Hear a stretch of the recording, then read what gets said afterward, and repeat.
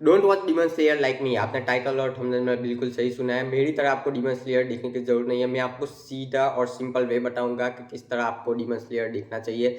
तो उसके बाद हम बात करेंगे आपको कहाँ देखना चाहिए, और डीमन स्लेयर के भी बारे में बात करेंगे कि कैसा लगा मुझे। तो फटाफट से वीडियो को स्टार्ट करते हैं। तो सबसे बड़ी सबको दिक्कत लगती है कि डीमन स्लेयर देखे कैसे, क्योंकि इसकी मूवी भी इंपॉर्टेंट है, कैनन है, दूसरे एनिमे की तरह नहीं कि नहीं देखोगे तो नहीं चलेगा। तो उसके बाद हम बात करेंगे कि आपको कैसे देखना चाहिए, किस ऑर्डर में देखना चाहिए। तो सबसे पहले आपको देखना चाहिए डीमन स्लेयर, देखना चाहिए नहीं मतलब कि देखना ही है डीमन स्लेयर सीजन 1, जो कि 2019 में आया था और उसके टोटल 26 एपिसोड है। अब सबसे बड़ी दिक्कत इसके बाद आ जाती है, जो कि डीमन स्लेयर का सीजन 2 था और मूवी था। तो दोनों को कौन से देखे, दोनों में से demon slayer Kimetsu no Yaiba Mugen train arc है, और उसकी मूवी आई थी जो रिलीज हुई थी कोविड के टाइम पर, और उसने हाईएस्ट ग्रॉसिंग मूवी है एनीमे और जापानीज में, 500 मिलियन उसने कमाए। तो आपको कौन सा देखना चाहिए, मूवी देखनी चाहिए या जो सीजन आया था वो देखना चाहिए। तो अगर आपके पास मतलब कि 2 घंटे आप बैठ के लगातार देखने वाले हैं तो मैं आपको सजेस्ट करूंगा कि मूवी देख लो। अगर आप नहीं 2 घंटे बैठने वाले हैं, थोड़ा थोड़ा करके देखने वाले हैं, तो मैं कहूँगा कि आप सीजन ही देख लो। उसमें टोटल 60 एपिसोड है demon slayer Kimetsu no Yaiba Mugen train arc, जो कि सीजन 2 में आता है। दोनों ही सेम है। मैंने एक गलती कर दी थी कि मैं पहले मूवी देखने चला गया, क्योंकि मुझे मूवी देखनी थी कि क्या है उसमें जो इतना पैसा कमाया, और फिर मैं मुगन ट्रेन आर्क देखने चला गया जो कि सीजन 2 था, और दोनों सेम था। बस एक ही चीज़, डीमन स्लेयर सीजन 2 मतलब कि जो मुगन ट्रेन आर्क है जो सीजनल में लॉन्च हुआ था, उसमें एक एपिसोड आपको फर्स्ट एपिसोड एक्स्ट्रा देखने को मिलता है। और जो मैं अगर आपको कहूँ कि क्या देखना चाहिए, मूवी देखनी चाहिए या मुगन ट्रेन आर्क जो सीजन था वो देखना चाहिए, तो मैं यही कहूँगा कि आप सीजन एपिसोड पे एपिसोड ही देखो, वही आपके लिए बढ़िया होगा। और उसके बाद ठीक आता है डीमन स्लेयर सीजन 2 का पार्ट 2। इसमें 7 ही एपिसोड थे, इसके लिए इसको कंटिन्यू किया गया पार्ट 2 में, और उसका नाम है demon slayer Kimetsu no Yaiba entertainment district arc, जो कि एंटरटेनमेंट, और ये बहुत ही गजब था एंटरटेनमेंट डिस्ट्रिक्ट आर्क, और वो देखना है आपको, जिसके टोटल 11 एपिसोड है। और उसके बाद आता है एक और मूवी लॉन्च हुई थी, वो आपको शायद से देखने के लिए नहीं मिलेगी इंडिया में, तो आप सीधे ही सीजन 3 देख लो, demon slayer Kimetsu no Yaiba the swordsmith village arc जो था वो सीजन 3, उसके टोटल 11 एपिसोड है, वो देखना है आपको।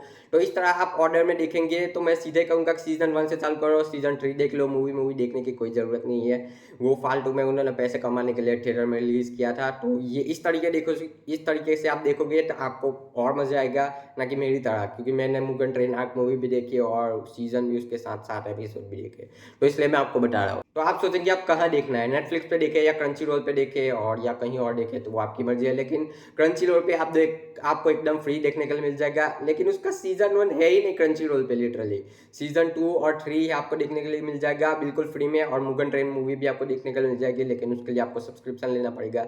मैं आपको सजेस्ट नहीं करूँगा कि क्रंची रोल पे मत देखो फ्री में, क्योंकि इतने ऐड है, थोड़ी थोड़ी देर में 6 ऐड डाल देते हैं। मैं कहूँगा कि नेटफ्लिक्स पे ही देखो, अगर आपके पास क्रंची रोल का सब्सक्रिप्शन है तो ऐड नहीं आएंगे, तो वो देख लो। लेकिन सीजन 1 है ही नहीं, लिटरली सीजन 1 है ही नहीं, तो उसको आप, मैं कहूँगा कि नेटफ्लिक्स पे ही देखो, नेटफ्लिक्स पे पूरा आएगा, सीजन 1 to 3 देख लो। चलिए अब डीमन स्लेयर के बारे में बात कर लेते हैं कि मुझे कैसा लगा है। तो जब भी उन्होंने ये जो न्यू मूवी आई हसीरा ट्रेनिंग आर्क, वो मैंने अभी देखी नहीं है, क्योंकि हमारे वहाँ पे लगी नहीं हमारे सिटी में, और उसको देखने के लिए मुझे 250 किलोमीटर दूर जाना पड़ा, और इतना दूर जाना मुझसे नहीं हो पाता, तो मैंने कैंसिल कर दिया प्लान, वरना मेरा प्लान था देखने जाने के लिए। इसकी जब मूवी मतलब कि अनाउंस हुई थी तभी मैंने देखना स्टार्ट कर दिया कि मूवी देखने जाऊंगा, लेकिन क्या यार क्या बताऊं। तो फटाफट से बात कर लेते हैं कि मुझे कैसा लगा। डीमन स्लेयर मैंने देखना स्टार्ट किया इसी वजह से कि मूवी आनी, तो इसकी स्टोरी के बारे में बात कर लेते हैं। इसकी स्टोरी मुझे ठीक ठाक ही लगी, कोई ऐसा स्टोरी नहीं है कि आपका माइंड ब्लॉगिंग कर देगा, नॉर्मल सी स्टोरी है, और इसकी स्टोरी टेलिंग मुझे ठीक ठाक ही लगी। जो कि टांजिरो कामाडो है यहाँ पे, जो इसका मेन कैरेक्टर, तो अपनी फैमिली को एक दिन डीमन आता है और उनको मार देता है। वो घर से बाहर जा रहे हो, घर से बाहर होता है और उसकी पूरी फैमिली को मार दिया जाता है, और उसकी जो सिस्टर होती है नेजुको, वो भी डीमन बन जाती है, और डीमन वही अकेली बचती है उसकी फैमिली में से, और उसका भाई टांजिरो कामाडो, और उसको अपनी बहन को फिर से इंसान बनाने के लिए वो निकल पड़ता है, और उसको पता चलता है कि वो अपनी सिस्टर को वापस इंसान बना सकता है, तो उसके लिए वो काम करना स्टार्ट कर देता है, और वो तभी डीमन स्लेयर कोर ज्वाइन करता है, जो उसको ट्रेन करते हैं। उसके फर्स्ट सीजन में आपको ट्रेनिंग और सब कुछ देखने के लिए मिल जाएगी, और जो इसकी स्टोरी आगे बढ़ती है, फर्स्ट सीजन खत्म होता है और आपको सेकंड सीजन में इंट्रोड्यूस किया जाता है, मतलब कि फर्स्ट सीजन के एंड में ही इंट्रोड्यूस कर दिया जाता है हसीराज, मतलब कि जो हसीराज होता है टॉप, मतलब कि डीमन स्लेयर कोर होता है, डीमन स्लेयर कोर, और जो मॉन्स्टर्स है यहाँ पे, मतलब कि डीमंस है, उन दोनों के बीच में आपको दिखाया जाता है। जो कि डीमन स्लेयर में सबसे बड़ा बॉस है मुजान किबुत्सुशी, वो मतलब कि 1000 साल से जिंदा है और अब उसको नेजुको चाहिए। मतलब कि नेजुको एक अलग डीमन है, वो सारे डीमन से अलग है। जो सारे डीमन है उसको आप ऐसे ही नहीं मार सकते हो, उनके मारने का दो ही तरीका है, या तो आप उसका गला काटो, जो कटाना होती है डीमन स्लेयर उसको मार सकते हो, उसके अलावा कोई नहीं मार सकता। डीमन स्लेयर के कटाना से आप उसका गला काटोगे तभी मरेगा।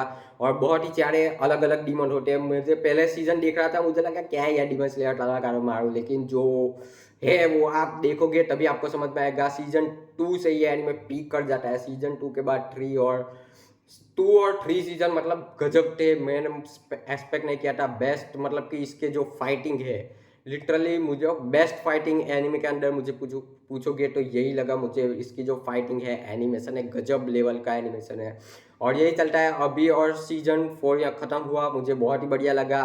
थोड़ी मुझे इसकी स्टोरी उतनी अच्छी लगी नहीं, लेकिन जो मुजान किबुत्सुशी है वो टॉप पे है और उसके नीचे 12 किजुकीज है। 12 किजुकी जो उसके डीमन है अलग अलग, उनसे फाइट होती है, काफ़ी सारे को मार भी है अब तक। और इस तरफ हसीरा और जो टांजिरो कामाडो है उसको फाइट होंगी, तो मतलब होता रहता है फाइट इन दोनों में।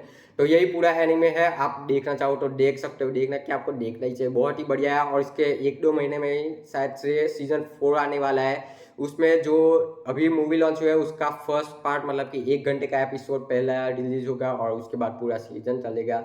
तो यही है मूवी, आपको देखना है। आपने मूवी देखी या नहीं आप मुझे कमेंट करके बताना, क्योंकि मैंने तो मूवी देख ही नहीं पाया। जो मुझे लगता है मतलब कि बेस्ट एनिमेशन, इसके एनिमेशन की बात कर ले तो क्या ही एनिमेट किया है, मतलब कि टॉप नॉच एनिमेशन, इसके आगे कुछ है ही नहीं। जो मेन रीज़न था इसका, जो इसकी Mugen train arc movie release हुई थी और वो 500 लिटरली मिलियन कमाई, उसका एक मेन सेलिंग पॉइंट था कि उसका एनिमेशन, गजब एनिमेशन। मतलब कि आप किसी को नॉन एनिमेशन और नॉन एनिमे फैन को दिखाओगे और बोलोगे कि ये एनिमे होता है, तो आप उसको दिखा सकते हो कि ये एनिमे के, आप बोल सकते हो कि ये देख और बोल के ये एनिमे या कार्टून है। तो इतना बेस्ट लेवल एनिमेशन इसका, अब तक मैंने जितने भी एनिमे देखे हैं उसमें बेस्ट एनिमेशन। इसलिए कि मुझे सबसे अच्छी बात लगी, कोई आपको फालतू में एक्स्ट्रा एनिमे मतलब कि फ्लैशबैक नहीं दिखाते, स्टोरी नहीं दिखाते और फुल टू स्पीड में चलता है, ना फालतू के कोई एक्स्ट्रा मिशन है, ना फिलर एपिसोड है। इस वजह से बेस्ट एनिमे में बोलूँगा, मतलब कि बहुत ही बढ़िया लगा मुझे, ये सब ना डाला उन्होंने। और एक बैकड्रॉप मुझे लगा कि कॉमेडी करने के लिए फालतू में जो जेनिसु कैरेक्टर है, आपको ये वाला कैरेक्टर, उसको फालतू में चिल्लाया जा रहा है बस, मतलब कि ये कैरेक्टर मुझे बिल्कुल पसंद नहीं आया, इसको हटाओ साले को और उसके फैन बुरा मान जाएंगे। लेकिन मुझे पर्सनली जितना ये चिल्लाता है, हर सिचुएशन में चिल्लाना स्टार्ट कर देता है, मतलब कान डूब जाते हैं लिटरली। 13 या 14 साल के बच्चों के लिए हो सकता है ये बढ़िया हो, उनको मजा आता हो, लेकिन मुझे पर्सनली बहुत ही घटिया लगा ये। और मुझे मेरे फेवरेट जो कैरेक्टर है टांजिरो के अलावा, वो 2 ही कैरेक्टर मुझे पसंद आए, इतने सारे कैरेक्टर मुझे नहीं, 2 नहीं 3 कैरेक्टर पसंद आए, उसके अलावा मुझे इतने कैरेक्टर पसंद आए नहीं। तो फर्स्ट है हमारा लॉर्ड इनोसके। मतलब लॉर्ड इनोसके मुझे मेरी तरह लगता है, मतलब कि मेरी तरह, मतलब कि उसकी तरह मैंने, मतलब थोड़ा आपको वो जो बोलता है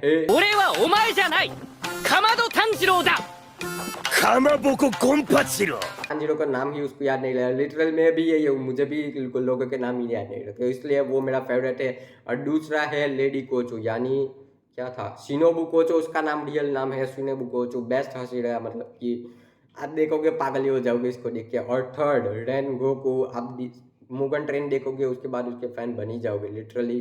क्या ही वो फाइट थी, मतलब कि इसकी फाइटिंग में के बारे में बात करना चाहूँगा मैं, कि इसकी जो फाइट्स है एनीमे में, बेस्ट फाइट मैं बोल सकता हूँ जब तक मैंने एनीमे देखे उसमें फाइट मतलब के लिए नेक्स्ट लेवल है।